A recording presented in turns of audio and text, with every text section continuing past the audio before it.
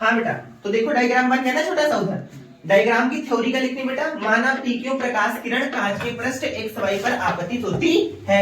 P Q एक प्रकाश की किरण है और कांच के एक्स वाई पृष्ठ पर वो क्या हो रही है, आपतित हो रही है ना बेटा। तथा क्यू आर के रूप में परावर्तित हो रही है। क्यू और आर के रूप में क्या हो रही है, परावर्तित हो रही है ना बेटा। और क्यू एस के रूप में अपवर्तित हो रही है। क्यू एस के रूप में क्या हो रही है, अपवर्तित हो रही है। पढ़ा था ना हमने। अब देखो बेटा, अतः इस तल पर आपतन कोण आईपी, ये जो अपवर्तित किरण के बीच में कोण बनेगा वो क्या कहलाएगा, आईपी। आपतन कोण आईपी तथा अपवर्तन कोण क्या हो जाएगा, आर। आर है, दो कोण बने ना, एक बना आईपी और एक बना आर। यहाँ पे जब भी दो कोण बनते हैं तो हमने पढ़ा था कि स्नेल का नियम बेटा। स्नेल का नियम पढ़ा था कि नहीं पढ़ा था। स्नेल का नियम क्या होता है, n बराबर sine I upon sine R. यानी कि जो ज्या होती है आई की, अपवर्तन कोण की ज्या, परावर्तन कोण की ज्या के अनुपात को ही क्या बोलते हैं, स्नेल का नियम। पढ़ा था ना, n is equal to sine I upon sine R. ये पढ़ा था ना। साइन क्या होती है बेटा, ज्या। क्या होती है, ज्या। ये तो पढ़ा था ना। अपवर्तन कोण आई तथा परावर्तन कोण आर की ज्या के अनुपात को ही स्नेल का नियम कहते हैं। तो वहां से बेटा स्नेल का नियम n बराबर साइन आईपी बटे साइन आर। यहाँ पे आईपी है और यहाँ पे क्या है, आर। समझ में आ रहा है बेटा। आगे देखो, इसको मान लेंगे क्या, इक्वेशन फर्स्ट। अब लगेगा किसका नियम, ब्रूस्टर का नियम। और ब्रूस्टर का नियम क्या होता है, पिछली क्लास में मैंने बता दिया, n बराबर tan आईपी। ये बताया ना, tan आईपी बताया ना बेटा। tan क्या होती है, स्पर्शज्या।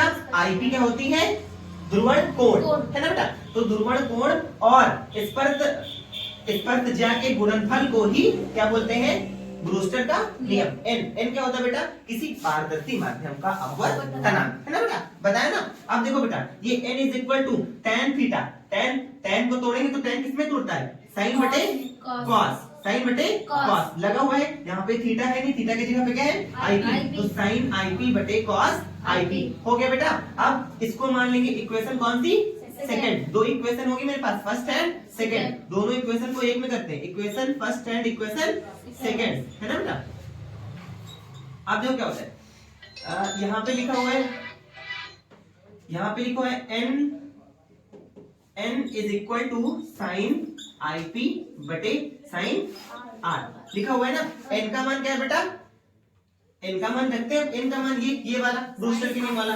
हाँ बेटा, साइन आईपी बटे साइन, नहीं सॉरी, साइन आईपी बटे cos I P is equal to बेटा साइन आईपी बटे साइन आर। अब देखो ये बराबर है दोनों, तो दोनों के दोनों क्या हो जाएंगे, घट जाएंगे, लेकिन कभी भी इनको काटते नहीं। तो बचेगा क्या बेटा, cos I P is equal to sine R. समझ में आ रहा है कि नहीं। देखो जैसे दो बराबर में इधर है दो, तो बराबर का ये नहीं होता कि इस संख्या को इधर लाते हैं या इस संख्या को उधर ले जाते हैं। एलएचएस को आरएचएस में ले जाते हैं, आरएचएस को एलएचएस में लाते हैं, तो हमेशा चिन्ह बदल जाते हैं। अगर ये माइनस में उधर जाएगी तो प्लस में, अगर ये प्लस में उधर जाएगी तो माइनस में, अगर ये गुणे में तो उधर जाएगी तो भाग में, और अगर भाग में तो गुणे में। तो दो इसको इधर ले आएंगे, ये बेटा उधर संख्या थी कहाँ में, प्लस में, इधर आएगी तो माइनस में, तो दो में से दो गया, कुछ नहीं बचा ना। तो बराबर में जब भी कोई चीजें होती है तो वो क्या हो जाती है, जीरो हो जाती है। बचा क्या बेटा, इधर लगाते हैं, बचा क्या, cos I P is equal to sine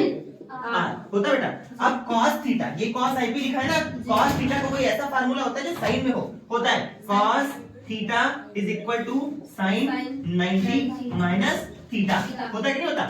theta की जगह पे क्या लिखा हुआ है, आईपी। तो देखो बेटा लिख देंगे हम इसको साइन 90 माइनस आईपी लिख देना बेटा, इज इक्वल टू क्या हो गया, साइन आर हो गया ना। Sine 90 minus I P is equal to sine R.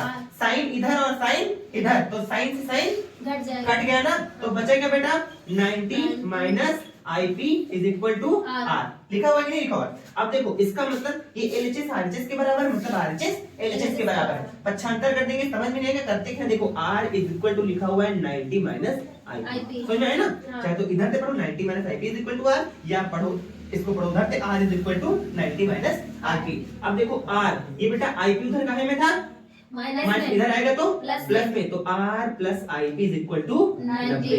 यानी कि ये आर क्या था बेटा, यहाँ पे देखो आर क्या था, अपवर्तन कोण, और आईपी क्या था बेटा, परावर्तन कोण। ये दोनों एक दूसरे के क्या हो गए, 90 का मतलब लंबवत। यहाँ पे लिखेंगे अतः, यहाँ पे लिखेंगे अतः सिद्ध होता है कि जब प्रकाश कांच के पृष्ठ पर ध्रुवण कोण पर आपतित होता है तो परावर्तित तथा अपवर्तित किरणें परस्पर क्या होती हैं, लंबवत होती है। ठीक बेटा, लिख लो, स्क्रीनशॉट ले लो।